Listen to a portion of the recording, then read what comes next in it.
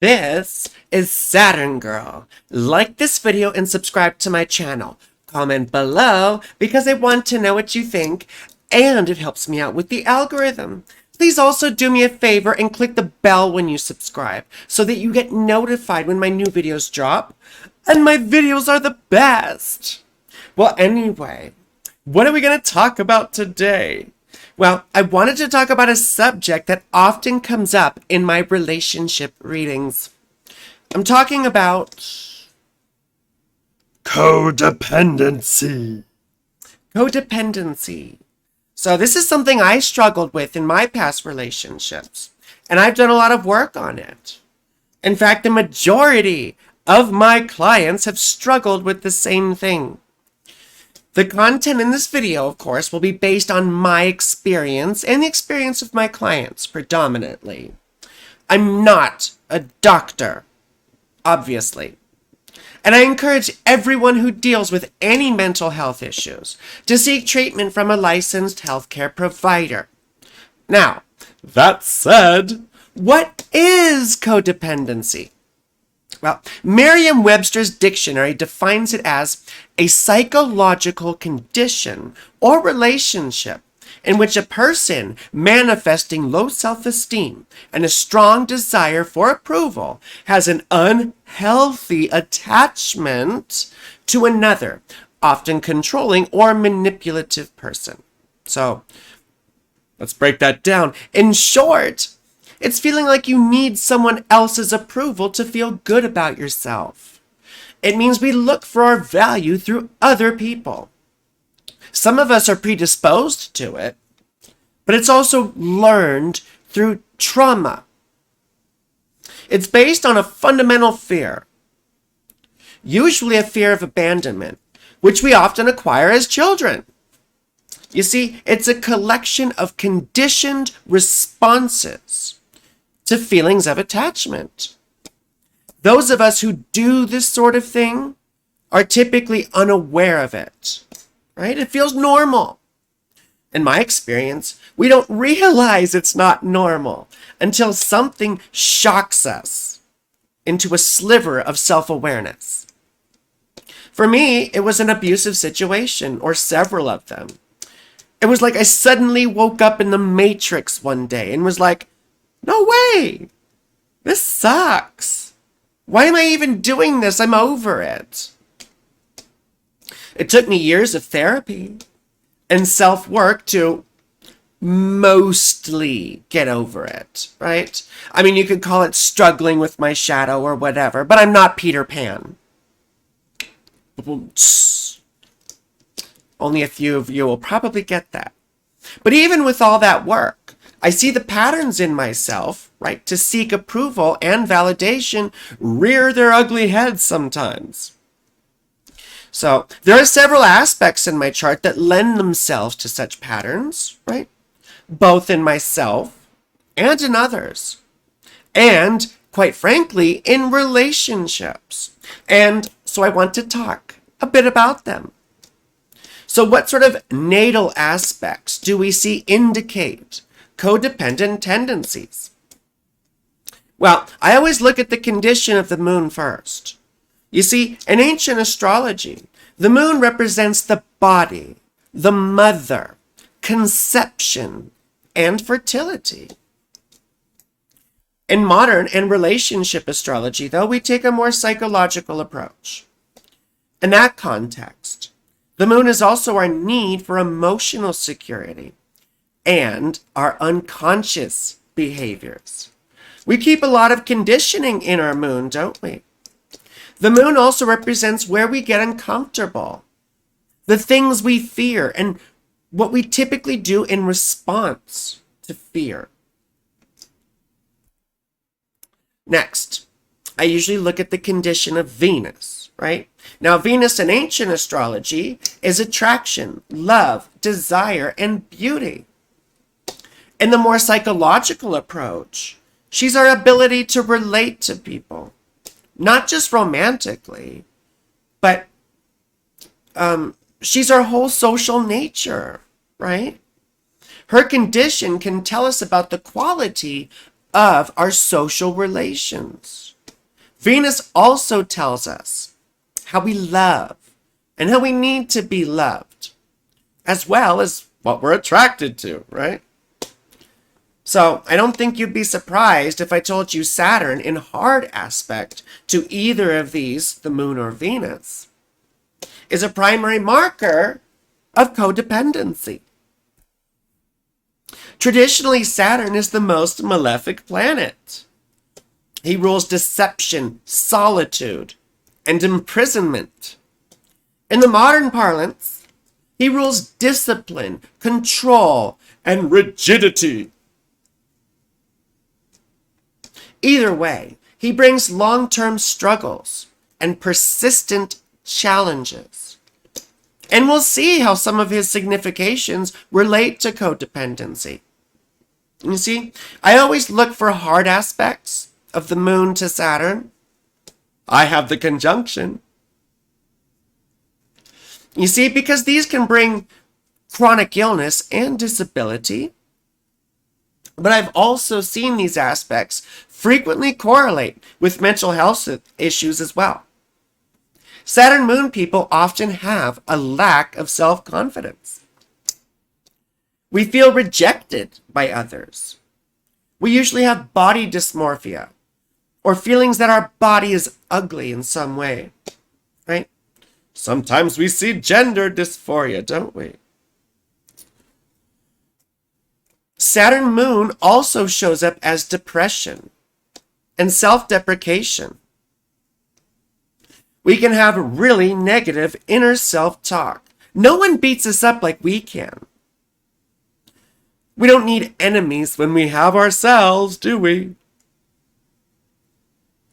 Traditionally, the moon is also the mother. So yes, we often see strict or abusive mothers. As kids, we learn that love is conditional, right?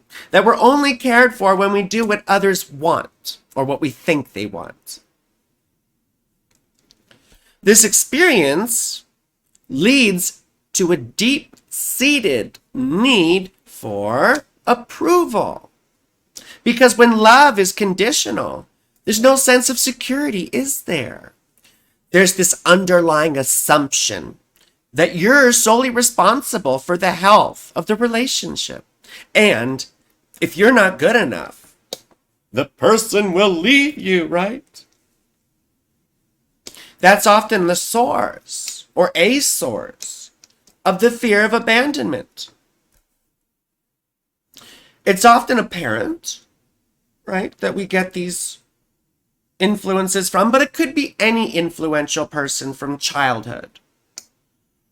We carry these experiences deep in our shadow, like luggage, unconsciously dragging them into relationships until we see these patterns quite clearly. Well, next, I look for hard aspects of Venus to Saturn. These also often bring isolation or alienation. It feels like no one understands us. We're very socially awkward, typically. It brings social anxiety, feelings of discomfort in groups or social situations. Her usual social nature is stunted. Even if she can maintain an outward demeanor of social grace, inside, she's usually a ball of knots, isn't she? Worried about doing or saying the wrong thing that could potentially isolate her when all she wants to do is belong. There's often a sense of imposter syndrome, right? We say to ourselves, who do you think you are? You're not good enough. No one's going to like you once they find out what you're really like. You see that same sense of negative self-talk that we mentioned earlier. The difficulty in relating to others leads to a lack of self-confidence, doesn't it? Which in turn leads to trying too hard to be liked. Trying to fulfill what you think other people's expectations are. This is what? People pleasing. That is, trying to mollify other people's discomfort with no regard to your own. People usually don't even care or appreciate it anyway, and it just makes us resentful. And Saturn is the lord of resentment, isn't he? The difficulty we have in relating to people makes us super attached to whoever gives us attention. And this sort of thing precipitates a fear of being alone. The other thing I see so frequently with codependent behavior are the hard aspects between the moon and Venus themselves. I have the square. Moon square Venus, or opposite, often expresses as fear and anxious attachment. Again, oftentimes because of a lack of confidence. Remember, the moon is our unconscious need for emotional security, while Venus is how we relate to people. So when these two are at odds, we often get extreme paranoia in relationships, don't we? As soon as we fall in love or get into a romantic situation, we get scared. We get scared our partner will find someone better, someone hotter, cuter, smarter, or who has, all the qualities that we think we lack. More charming, right? I don't know, I think I'm pretty charming, but it's just me. And this can lead to some wacky behavior. We may preemptively cheat on a partner because we just have a feeling they're doing it to us. We get too scared to be direct and honest with our partners about our insecurities. So instead, we just run through the worst possible scenarios over and over in our heads like bad commercials.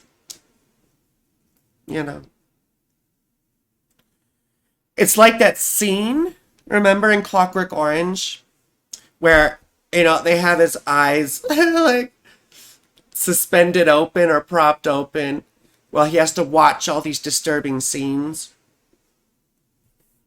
We feel like if we bring up these awful thoughts and concerns with our partner, they will reject us. You see how this would exacerbate the fear of abandonment that is so typical of codependency. Well, I also look for Pluto aspecting the moon or Venus. I have Pluto conjunct my moon. You see, Pluto is will, power, and domination. He's obsession, wealth, and death. He's associated with our darker nature and with past traumas. I call Pluto moon aspects the bipolar coaster, right? Or mama trauma. Remember, the moon is the mother, and I usually see this correlate with domineering or abusive mothers. Again, this is very fertile ground for anxious attachment. And volatile emotions.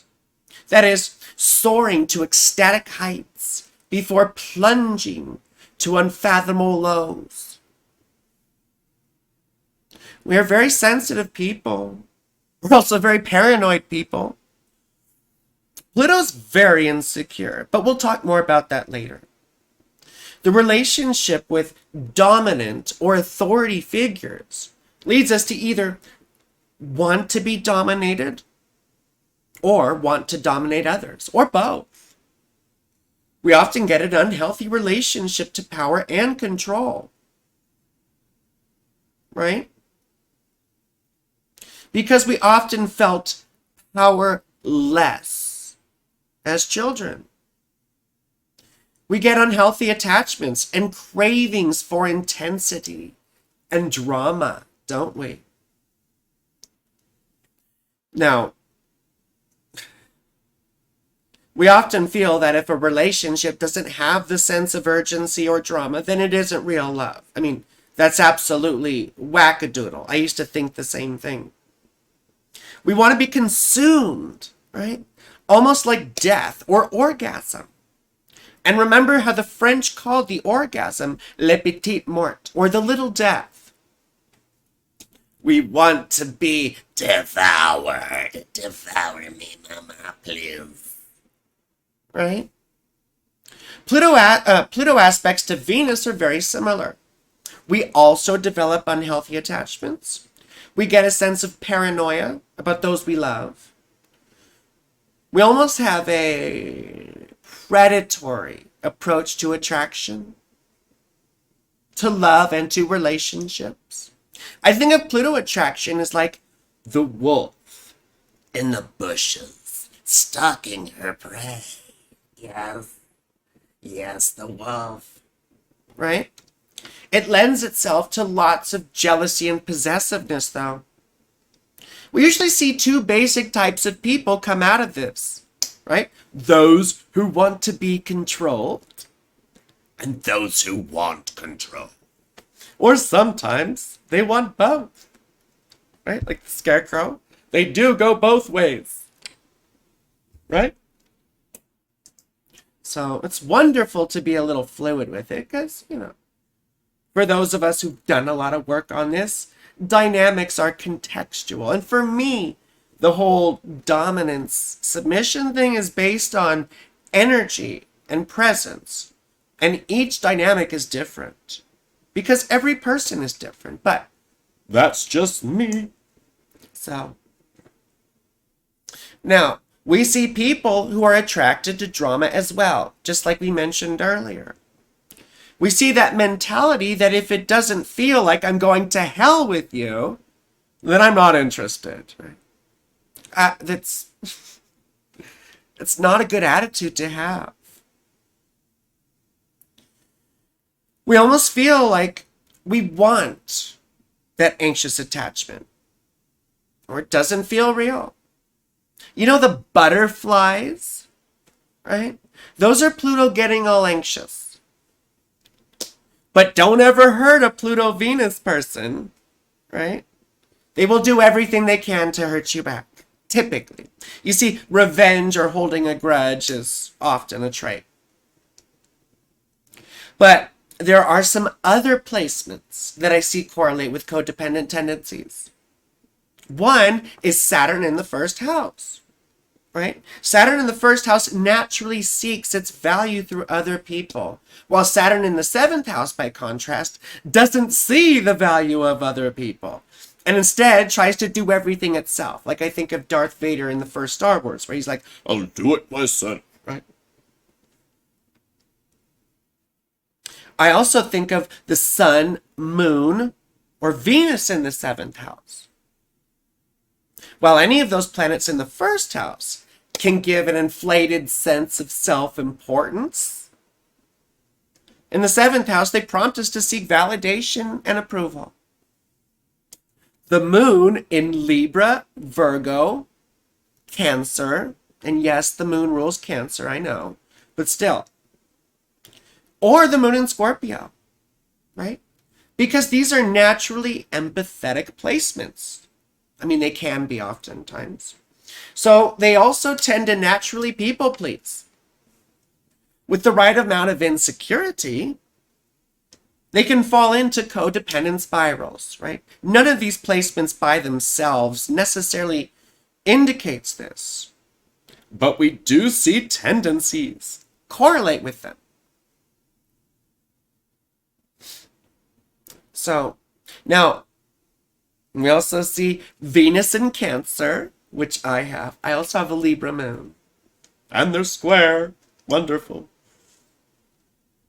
Or Venus in Virgo, Scorpio, or even Libra. And yes, Venus rules Libra, but we still see the tendency.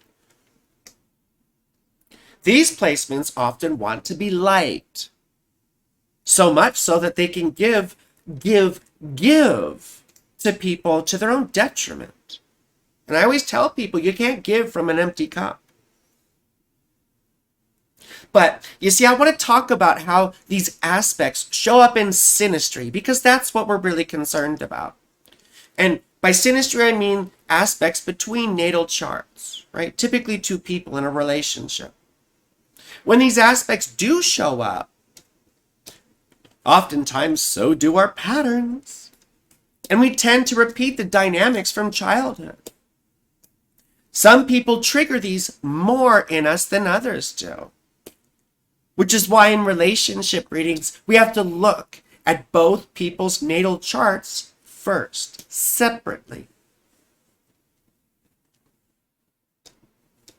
This is because some people will invoke the same trauma responses in us from our past. And those are the people we tend to get attracted to because what? They feel familiar. The devil we know, right? With Saturn aspects to the moon or Venus in relationships, we often feel trapped. Or we can't, right? None of these are a death sentence.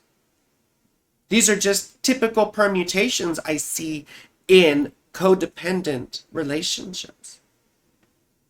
Because we feel like we can't leave the relationship. Remember, Saturn is imprisonment. Sometimes out of necessity we can't leave, right? Sometimes it has to do with money or children or just being too scared. Sometimes we need the person to feel emotionally secure. Our emotions get railroaded with this aspect oftentimes, especially if we're the moon person or the Venus person. We're not allowed to feel like we do, right? We may experience gaslighting or someone trying to convince us that our perceptions are inherently wrong. I've had partners tell me like, oh, everything's fine, you're just too insecure. Or, you'd be hotter if you were more confident. Or, try to tell me that my experience was wrong or that my feelings were wrong. You know, they may say, I never said that. You don't remember things correctly anyway. You're just too emotional. And then you start to feel like, what's wrong with me? Am I taking crazy pills here? With Pluto aspects to the moon or Venus, we get extreme attachment, don't we? Often very fast. We feel a sense of urgency about getting together. We feel obsession. We want to bleed into the other person, sort of like, spit it into my mouth, mommy, please. I mean, you know what I mean. We want to wear their skin like a leather coat and paste pictures of them all over our walls, right? Like some of those, horror movies. We get feelings of ownership or possessiveness right away. I once had a partner tell me that they felt like I was their property. And I thought, oh my God, that's so hot at first. And then after a while, it dawned on me what they really meant. You see, Pluto is power. But he's also, as I said before, incredibly insecure. Remember the myth of Hades and Persephone, right? Pluto, Hades, same guy, right? So Persephone fell in love with Pluto eventually after he kidnapped her, right? With Zeus's blessing, her father. According to some accounts, they eventually had the most well-adjusted relationship of the entire Greek pantheon. But Persephone's mom, Demeter, was so upset about her daughter missing that she was wreaking havoc upon the surface. So Persephone says to Pluto, yo, homie, I love you, okay? And I'm coming back. But my mom is up on the surface creating like perpetual winter and essentially killing everything. So, I have to go up there and set things right. But I love you and I'm coming back. And Pluto says to her, okay, sure. I trust you, my love. Just take these pomegranate seeds with you. And remember, the pomegranate seeds bound her to the underworld.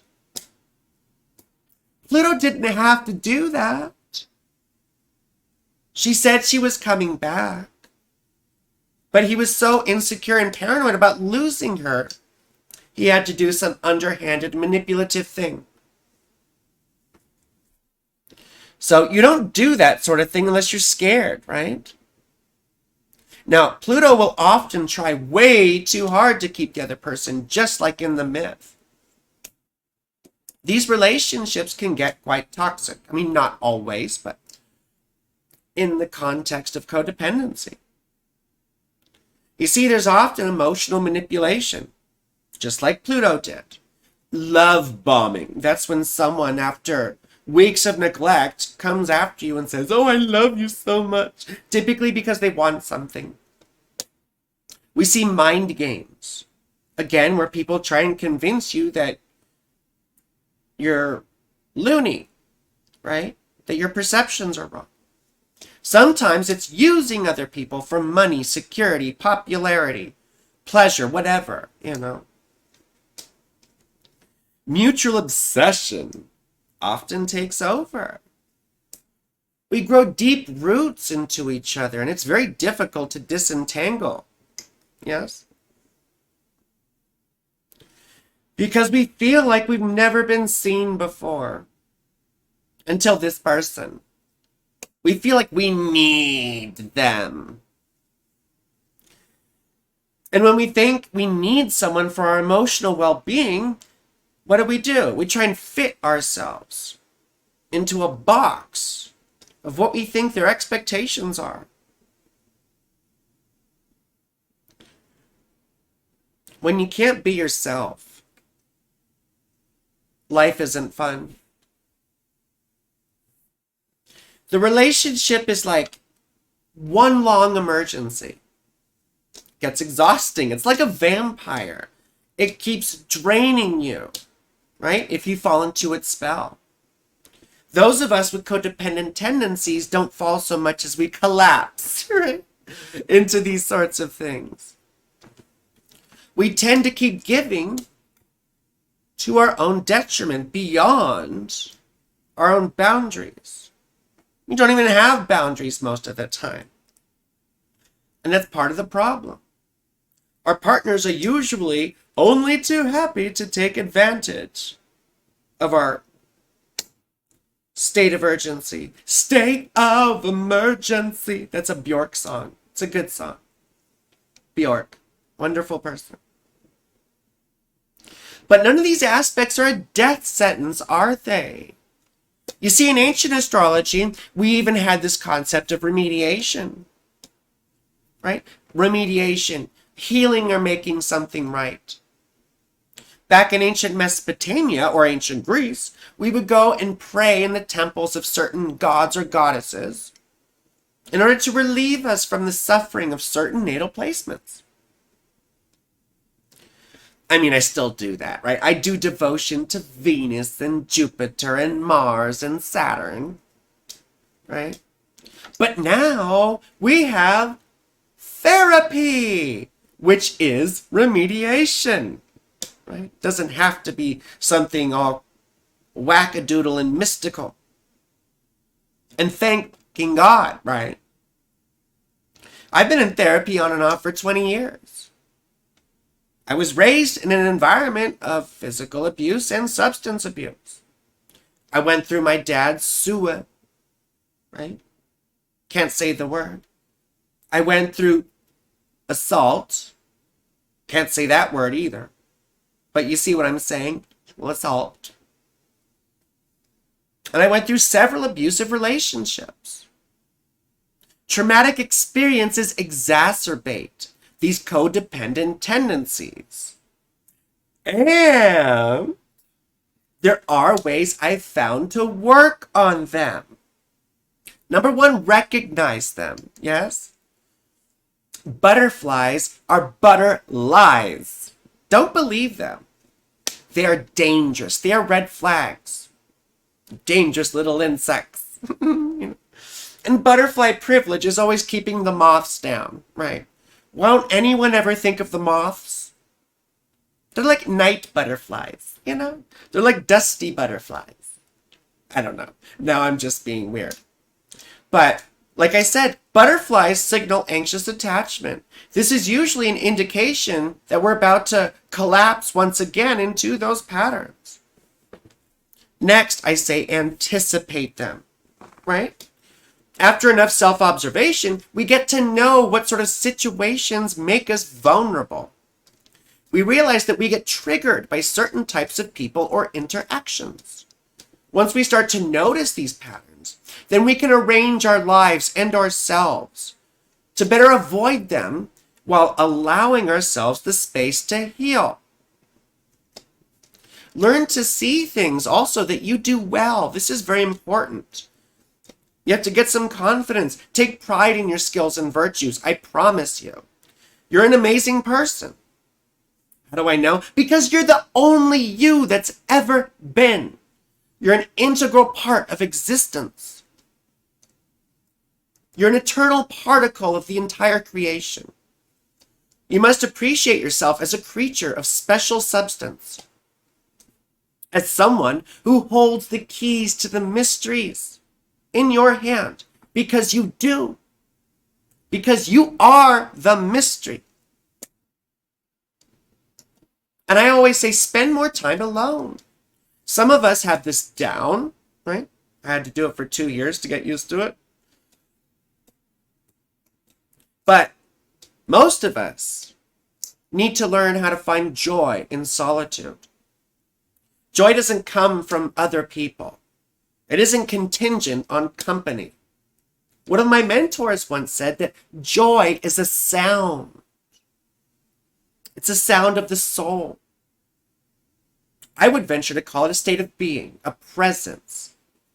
And to rest in that presence, you will attract healthier people, in my experience. Although I still, still get some of those patterns every once in a while.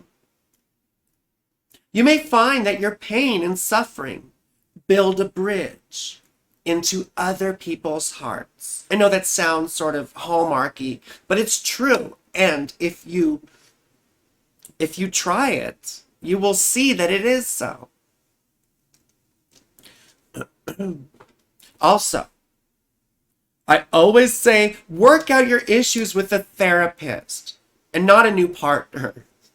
We don't get into relationships for therapy issues, and we shouldn't. Otherwise, we're going to set ourselves up for a bad time.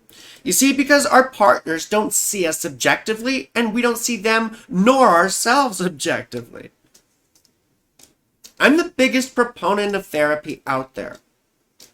I'm proof it works. You see, many of my clients are sort of new agey types who are very suspicious of medical science and refuse to see doctors. I'm the first one to tell them this is stupid, right? Anyone can do whatever they want, but I'm also free to say it's stupid, And I encourage everyone to seek therapy, even if you're totally well. It's useful. It saved my life, and I swear by it. Now, the next thing is set boundaries, right? Guess what? You get to decide what you're willing to tolerate. Don't let people treat you in ways that you would never treat them. And no one, absolutely no one, gets to tell you how you feel. You hear me? Your feelings are based on your experience, and they're valid. I always say it's healthy to question our thoughts and feelings for self-analysis, but no one has any business telling you that they're wrong. Now, for you homies out there on the other side of the spectrum, if you want your autonomy respected, you must respect other people's. I've behaved badly in the past, and trauma is no excuse. Selfish people cross boundaries, and we don't value selfish people here, including myself. But be honest with yourself about your motives. It's better to be honest about your selfish motives than it is to delude yourself that you're being somehow altruistic. Those of us who have been through abuse should be acutely attuned to the vulnerabilities of others. If you mess up, acknowledge it. I'm a survivor. And by having my incident acknowledged, it was very healing for me, and it changed my life and my outlook. Like I said, I've been working on this stuff for a long time, and I still have to be diligent. We're never really over these hurts or traumas, but we can be free enough to live happy, confident, and fruitful lives. This is the best time of my life I've ever been in, to be perfectly honest with you. And I would say, let's take a pledge to be more self-aware, to pay attention to the unhealthy patterns that arise. All of us have to learn to become a spectator of time, as Plato said. An observer, right? It's only through observation, by seeing ourselves quite clearly, that we begin to free ourselves from the hidden chains of our past. Well, I hope that was useful. Thank you for watching till the end. Please like, subscribe, comment, and click the bell. I encourage you to watch my other videos because I'm very cute and fun, and I have a lot of educational, useful material in them. So, I also do the best readings. It's science, right? You can go visit my website, frankielynch.com, or you can see all my contact information below in the description. And finally, I love you. You're beautiful. And have a wonderful whatever it is you're having.